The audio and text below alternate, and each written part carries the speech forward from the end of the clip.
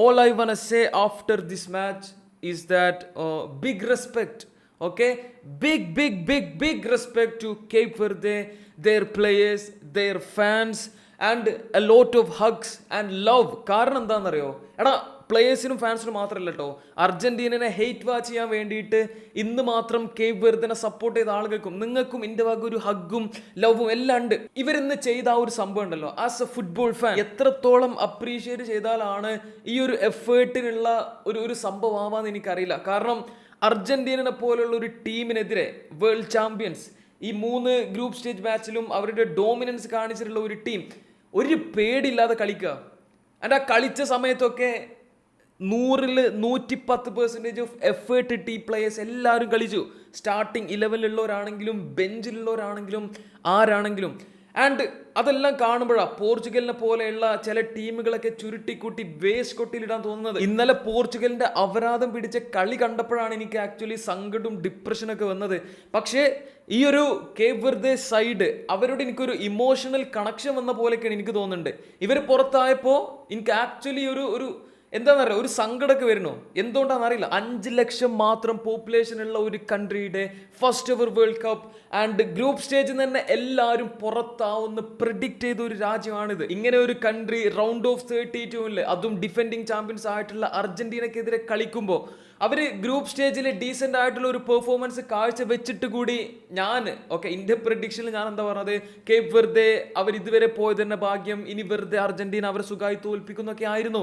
But no, 3-2 score line, അതും മാച്ചിൽ 2 തവണ പുറകിൽ പോയതിനു ശേഷം ഗോൾസ് തിരിച്ചടിച്ചിട്ട്, അതും നമ്മൾ എക്സ്പെക്ട് ചെയ്യാത്ത ടൈപ്പ് ഓഫ് ഗോൾസ്. ആ സെക്കൻഡ് ഗോളൊക്കെ അത് വന്ന വഴിയെന്നല്ല, ഒരിക്കലും പ്രതീക്ഷിക്കില്ല എന്ന് മാത്രമല്ല, നമ്മളെ ഈ ഫുട്ബോളിൽ നിങ്ങൾ പറഞ്ഞ മറ്റേ സാധനം ബ്ലിറ്റ്സ്ക്ലെല്ലേ. ഈ ഒരു മാച്ച് കണ്ടതിന് ശേഷം ഞാൻ റിയലൈസ് ചെയ്തിട്ടുള്ള മറ്റൊരു കാര്യം എന്താണെന്നറിയോ, കേപ്പ് വെർദെയുടെ പ്ലേയേഴ്സ് നമ്മൾ എക്സ്പെക്ട് ചെയ്തതിനേക്കാളും ക്വാളിറ്റി ഉള്ള പ്ലേയേഴ്സാണ്. ബാക്കിയുള്ള പല കൺട്രീസിനെ പോലെ എന്താ പറയുക, മുഴുവൻ ഡിഫെൻഡ് ചെയ്ത് അങ്ങനെ ഒരു രീതിയിൽ ജയിക്കുക അല്ലെങ്കിൽ അങ്ങനെ ഒരു രീതിയിൽ റിസൾട്ട് ഉണ്ടാക്കുന്ന ടൈപ്പ് ഓഫ് ഒരു രീതിയല്ല. എടാ ഇവരുടെ പ്ലേയേഴ്സിന് ആക്ച്വലി ക്വാളിറ്റി ഉണ്ട്, കാലുമ്മ മറ്റേ ശരിക്കുള്ള ടൈപ്പ് ഓഫ് കളി ഉണ്ട്. അവർ കോൺഫിഡൻ്റ് ആണ് ഓൺ ദ ബോൾ, അവർ നല്ല രീതിക്കുള്ള പ്ലേസ് ഉണ്ടാക്കാൻ നോക്കുന്നുണ്ട്. ആകെയുള്ള ഒരു ഇഷ്യൂ എന്ന് പറഞ്ഞാൽ ഈ 11 പ്ലേയേഴ്സും ഡിഫെൻഡും ചെയ്യണം, ആ അറ്റാക്കേഴ്സ് തന്നെ ഒരു കൗണ്ടറോ അല്ലെങ്കിൽ ബോൾ കിട്ടുമ്പോൾ അറ്റാക്കും ചെയ്യണം. അങ്ങനെയുള്ള ഒരു ഇഷ്യൂ ആണ് ഉള്ളത്. കാരണം ഒരേ സമയത്ത് തന്നെ 2 സ്ഥലത്തേക്കും അങ്ങോട്ടും ഇങ്ങോട്ടും ഷട്ടിൽ അടിക്കുക എന്നുള്ളത് ഫുട്ബോളിൽ അത്രയും ബുദ്ധിമുട്ടുള്ള ഒരു കാര്യമാണ്. പക്ഷേ ഈ പ്ലേയേഴ്സ് അങ്ങനെ കളിച്ചിട്ടാണ് 120 മിനിറ്റ് അങ്ങനെ കളിച്ചിട്ടാണ് ഈ ഇത്രയും നല്ലൊരു പെർഫോമൻസ് കാഴ്ചവെച്ചത്. അർജന്റീനയുടെ ഭാഗത്ത് ഫസ്റ്റ് ഹാഫ് എന്നാണെങ്കിലും സെക്കൻഡ് ഹാഫിന്റെ ഒരു വലിയൊരു പോർഷൻ സമയത്തും കേപ്പ് വെർദെ പ്ലേയേഴ്സിന് പൊസിഷൻ കിട്ടുമ്പോൾ തന്നെ ആ ഒരു അറ്റാക്ക് ആണെങ്കിൽ അല്ലെങ്കിൽ അവരുടെ കയ്യിൽ നിന്ന് പൊസിഷൻ തിരിച്ചു പിടിക്കാനുള്ള ടൈപ്പ് ഓഫ് എഫേർട്ടും കാര്യങ്ങളൊക്കെ ഉണ്ടായിരുന്നു. അത്ര ഈസി ആയിട്ട് കേപ്പ് വെർദെ പ്ലേയേഴ്സിനെ അവർ കളിപ്പിച്ചിട്ടില്ല. ഫോർ എക്സാമ്പിൾ പോർച്ചുഗൽ ആണെങ്കിൽ അവരിങ്ങനെ കാത്തു നിൽക്കും മറ്റൊരിങ്ങനെ ഒരു 10 പാസ് ചെയ്യണവരെയൊക്കെ. പക്ഷെ അർജന്റീനന്റെ പ്ലേയേഴ്സ് അതിനുള്ള ഓപ്പർച്യൂണിറ്റി പോലും ഇവർക്ക് കൊടുത്തിട്ടില്ല. ഞാൻ എക്സ്പെക്ട് ചെയ്ത പെർഫോമൻസിന്റെ 10x ആണ് കേപ്പ് വെർദെ പ്ലേയേഴ്സ് പിച്ചിൽ കാണിച്ചു തന്നത്.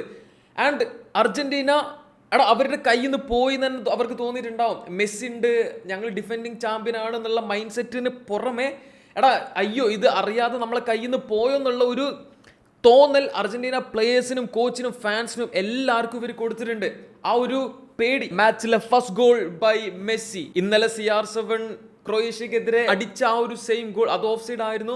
ബട്ട് ഇത് ഓഫ് സൈഡ് അല്ല, ബിക്കോസ് ലിസാൻഡ്രോ മാർട്ടിനസിന്റെ പാസ് വാസ് പെർഫെക്റ്റ്, മെസ്സിയുടെ ടച്ചും പെർഫെക്റ്റ് ആൻഡ് ആ ഒരു ഫിനിഷും പെർഫെക്റ്റ്. ഈ വേൾഡ് കപ്പിലെ ആളുടെ 7th goal and total 20 goals ആയിട്ടുണ്ട് ഇൻ വേൾഡ് കപ്സ്. 59-ാം മിനിറ്റിലാണ് നമ്മൾ ആരും എക്സ്പെക്ട് ചെയ്യാത്ത ആ ഒരു സംഭവം, കേപ്പ് വെർദെ അർജന്റീനക്കെതിരെ ഈക്വലൈസിംഗ് ഗോൾ നേടുകയാണ്. ആ ഒരു പാസ് ആണെങ്കിലും ആ ഒരു ഫിനിഷ് ആണെങ്കിലും അർജന്റൈൻ പ്ലേയേഴ്സിന്റെ ഒക്കെ നടയിൽ കൂടെ ഒക്കെ പോയിട്ട് മാർട്ടിനസിന് പെട്ടെന്ന് അങ്ങോട്ട് റിയാക്ട് ചെയ്യാൻ കഴിഞ്ഞില്ല. ശരിക്കും ഞാൻ ഒരിക്കലും എക്സ്പെക്ട് ചെയ്തില്ല അവർ ഇക്വലൈസിങ് ഗോൾ ഒരു വട്ടം അടിക്കുന്നു. എന്നിട്ടല്ലേ രണ്ടാമത്തെ തവണ 93-ാം മിനിറ്റിലെ ലിസാൻഡ്രോ മാർട്ടിനസ് എഗെയിൻ അർജന്റീനക്ക് ഒരു ലീഡ് കൊടുക്കുകയാണ്. ആ ഒരു ഗോളിനെ പറ്റിയിട്ട് കുറെ കോൺട്രവേഴ്സീസ് സോഷ്യൽ മീഡിയയിൽ ഇപ്പോൾ നടക്കുന്നുണ്ട്. നമ്മുടെ തഗ്ലിയാഫിക് ആണെന്ന് തോന്നുന്നു, ആൾ ഓഫ് സൈഡ് ആണ്, ആ ഒരു ഹെഡർ വന്ന സമയത്ത് അത് ഇത് എന്നൊക്കെ പറഞ്ഞിട്ട്. ഞാൻ ഇന്നലെ പറഞ്ഞ പോലെ തന്നെ ഫുട്ബോൾ ടെക്നോളജീസ് ആഡ് ചെയ്തിട്ടുള്ളത് ഇങ്ങനത്തെ ഇഷ്യൂസ് സോൾവ് ചെയ്യാനാണ്. അപ്പോൾ അവരിങ്ങൾക്കൊരു സാധനം കാണിച്ചു തരുമ്പോൾ അത് വിശ്വസിക്കുക എന്നല്ലാതെ നമുക്കിനി എനിക്കറിയില്ല, നമ്മുടെ നെയ്ക്ഡ് ഐ കൊണ്ട് എന്തായാലും അതിന്റെ കറക്റ്റ് സംഭവം എന്താന്ന് പറയാൻ പറ്റില്ല. നെയ്ക്ഡ് ഐ കൊണ്ട് കാണാൻ പറ്റുന്ന കാര്യങ്ങളെ പറ്റിയിട്ട് നമുക്ക് റിഗ്ഡ് ആണ്, റോബ്ഡ് ആണ്, ആ ഡിസിഷൻ ശരിയായില്ല എന്നൊക്കെ നമുക്ക് പറയാന്നല്ലാതെ ഇങ്ങനത്തെ വാറ് വരക്കണ വരെയും അതിന്റെ അതിനെ പറ്റിയിട്ട് ഇനിയിപ്പോ എന്താ നമ്മൾ പറയാ? വെറുതെ റിഗ്ഡ് റോബ്ഡ് എന്ന് ഇങ്ങനെ പറഞ്ഞിരുന്നിട്ട് എന്താ കാര്യം? തോൽക്കുകയാണെങ്കിൽ പൊരുതിയിട്ടേ തോൽക്കുള്ളൂ എന്ന് ഉറപ്പിച്ചു വന്നിട്ടുള്ള ആൾക്കാരാ കേപ്പ് വെർദെയുടെ പ്ലേയേഴ്സ്. ഒരിക്കൽ കൂടെ അവർ പിറകു പോയി. Again they are fighting. കിട്ടിയ ഒരു ചാൻസ്, അത് ചാൻസ് ഒന്നും പറയാൻ പറ്റില്ല കേട്ടോ. സിഡ്നി ലോപ്പസ് കബ്രാലിന് ലെഫ്റ്റ് വിങ് നിന്ന് പന്ത് കിട്ടുക, ആള് ഉള്ളിലേക്ക് എടുക്കണു, ബോക്സിന്റെ ഒരു അറ്റത്തുനിന്ന്. എന്തടിയാണത്? ലൈവായിട്ട് കാണുമ്പോൾ ഇതിന്റെ റിയാക്ഷൻ എന്താണെന്നറിയോ? മറ്റേ നമ്മൾ തലേ കൈ വെച്ച് ഇങ്ങനെ നിൽക്കൂലേ, അതേപോലെ തന്നെയാണ് പിച്ചിലുള്ള അർജന്റൈൻ പ്ലേയേഴ്സ് ആണെങ്കിലും കേപ്പ് വെർദെയിൽ ആളുടെ ടീംമേറ്റ്സ് ആണെങ്കിലും എല്ലാവരും തലേ കൈ വെച്ച് നിൽക്കുക. ആരെങ്കിലും എക്സ്പെക്ട് ചെയ്തു അത്? അങ്ങനെ മാച്ച് വീണ്ടും ഇക്വലൈസ്ഡ് ആകുന്നു. പിന്നെ നമ്മളിങ്ങനെ എക്സ്പെക്ട് ചെയ്യുക, 10 മിനിറ്റും കൂടെ ഉള്ളൂ, മിക്കവാറും പെനാൾട്ടി ഷൂട്ട് ഔട്ട് വന്നിട്ട് അർജന്റീന അറിയാതെ തോൽക്കും, വോസീഞ്ഞ മാസ്റ്റർ ക്ലാസ് എന്നിങ്ങനെ പറയാൻ നിൽക്കുമ്പോൾ അർജന്റീനക്ക് ഒരു കോർണർ, മെസ്സി ഒരു കോർണർ എടുക്കണു, കുറ്റി റൊമേറോ ഹെഡ് ചെയ്യണു, എവിടേക്കെയോ ആരുടെയൊക്കെയോ മേലെ ഡിഫ്ലക്ട് ചെയ്തിട്ട് കേപ്പ് വെർദെയുടെ ഓൺ ഗോളായിട്ട് അർജന്റീനയുടെ 3rd goal of the match. And അതിനുശേഷം Cape Verde players tried their best. പക്ഷെ എന്താ ഇപ്പം ചെയ്യുക? മാർട്ടിനസ് ആണെങ്കിലും അർജന്റൈൻ ഡിഫൻഡേഴ്സ് ആണെങ്കിലും എല്ലാവരും കൂടെ ഒക്കെ ഫൈറ്റ് ചെയ്ത് അവസാനം 3-2 അർജന്റീന അങ്ങോട്ട് ജയിച്ചു. പണ്ടാറം.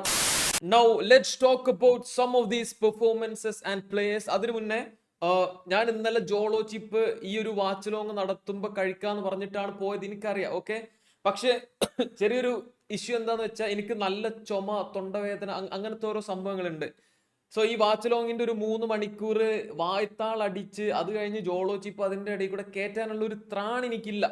അതുകൊണ്ട് ഞാൻ തൽക്കാലത്തിനൊന്ന് മുങ്ങിയതാണ്. But Jolo chip will be eaten. Okay, I will nyam that. അതൊന്നും പേടിച്ച്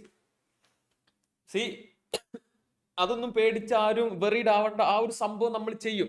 എനിവേ, ഈ മാച്ചിൽ എടുത്തു പറയേണ്ട ഒരു പെർഫോമൻസ് ബൈ വോസീഞ്ഞ. ടോട്ടൽ 8 സേവുകൾ, ബോക്സിന്റെ അകത്തുനിന്ന് മാത്രം 3 എണ്ണം. അതിൽ തന്നെ മെസ്സി ആയിട്ട് അത്രയും ക്ലോസ് ആയി വന്നിട്ടുള്ള ഒരു സാധനം ഇയാൾ അടിപൊളിയായിട്ട് സേവ് ചെയ്തിട്ടുണ്ടായിരുന്നു കേട്ടോ. ഇവിടെ ഉള്ള ഒരു സംഭവം എന്താ പറയുക, ഈ ഒരു മാച്ചില് വോസീഞ്ഞ വിൽ ഗെറ്റ് എക്സ്പോസ്ഡ്, അങ്ങനെ ഒരു എക്സ്പെക്ടേഷൻ ആണ് എനിക്ക് ഉണ്ടായിരുന്നത്.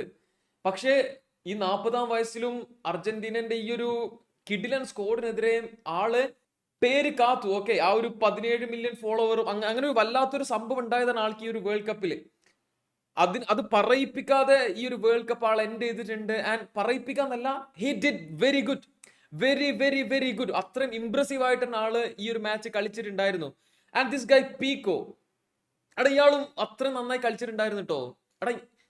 ഇവരൊക്കെ യൂറോപ്പിൽ കളിക്കാനുള്ള, പ്രോപ്പർലി കളിക്കാനുള്ള ക്വാളിറ്റി ഉണ്ട് ഇറ്റങ്ങൾക്കൊക്കെ. ഞാൻ സത്യം പറയട്ടെ, ഐ വാസ് റിയലി സർപ്രൈസ്ഡ് ഇവരുടെ ഈ ഒരു ഓവറോൾ കളി കണ്ടപ്പോ.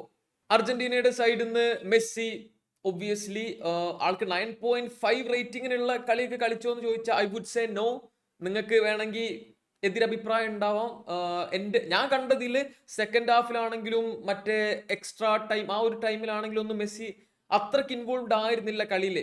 ബട്ട് ഫസ്റ്റ് ഹാഫിൽ അത്രയും അടിപൊളിയായി കളിച്ചിട്ടുണ്ടായിരുന്നു. അങ്ങനെയൊക്കെയാണ് എനിക്ക് തോന്നിയത്. Martinez goal, assist, you know he was good. Messi കൊടുത്ത ഒരു പാസ് ആൻഡ് ഒരു ചാൻസ് ആളെ മുന്നിൽ വന്ന് സെറ്റ് പീസിൽ വീണപ്പോ, കോർണറിൽ വീണപ്പോ അത് ഫിനിഷ് ചെയ്ത വിധാണെങ്കിലും ഇറ്റ് വാസ് ഗുഡ്. ആൻഡ് കുറ്റി റൊമേറോ, ഇവന്റെ കാര്യത്തിലാണ് എനിക്ക് ചെറിയൊരു പ്രശ്നമുള്ളത് കേട്ടോ. ഈ ഒരു മാച്ചില് അറ്റ്ലീസ്റ്റ് ഒരു 2 യെല്ലോ കാർഡുള്ള ടൈപ്പ് ഓഫ് ഫൗൾസ് ഇയാൾ ചെയ്തിട്ടുണ്ട്. ചില സമയത്ത് കൗണ്ടർ അറ്റാക്സ് വരെ ഇങ്ങനെ കയറി വന്ന് മുട്ട് കയറ്റിയിട്ടൊക്കെയാണ് സ്റ്റോപ്പ് ചെയ്തത്. ആൻഡ് അവിടെ യെല്ലോ കാർഡൊന്നും കൊടുക്കാത്തതിന്റെ ഒരു സംഭവം എനിക്ക് മനസ്സിലായിട്ടില്ല. ബട്ട് അഗെയിൻ വെറുതെ അതും ഇതും പറഞ്ഞ് കരയാൻ എനിക്ക് അത്ര താല്പര്യമൊന്നുമില്ല. അർജന്റീന ജയിച്ചു, അടുത്ത റൗണ്ടിൽ ഉണ്ടാവും, I don't care, I don't really know. But Sidney Lopes Cabral, ഇവനൊക്കെ ഏത് നാട്ടിലാ കളിക്കുന്നുണ്ട്? Bro is playing in Turkish Super League Trabzonspor and is only 23. Wow. ആള് അടിച്ച ഗോളും ആൻഡ് ഐ തിങ്ക് ആ ലാസ്റ്റ് സമയത്ത് കിട്ടിയ ഒരു ഫ്രീ കിക്കും ഇയാൾ തന്നെയാണ് എടുത്തത് എന്നാണ് എൻ്റെ ഒരു ഓർമ്മ. അതും ഓൺ ടാർഗറ്റ് ആയിരുന്നു. മാർട്ടിനസ് കുറച്ച് ബുദ്ധിമുട്ടിയിട്ടാണ് അത് സേവ് ചെയ്തത്. വേറെ ഇപ്പൊ എന്താ, ഞാൻ കുറച്ചധികം കഷ്ടപ്പെട്ടിട്ടാട്ടോ ഈ ഒരു 3:30 കളി കാണാൻ വേണ്ടിയിട്ട് എണീറ്റതൊക്കെ. ഞാനൊരു 3:45 കളി കാണാൻ തുടങ്ങിയത്. And it was worth it. കുറച്ച് ബുദ്ധിമുട്ടി കഷ്ടപ്പെട്ടിട്ടാണെങ്കിലും it was absolutely worth it. അത്രക്കുള്ളൂ. Bye by.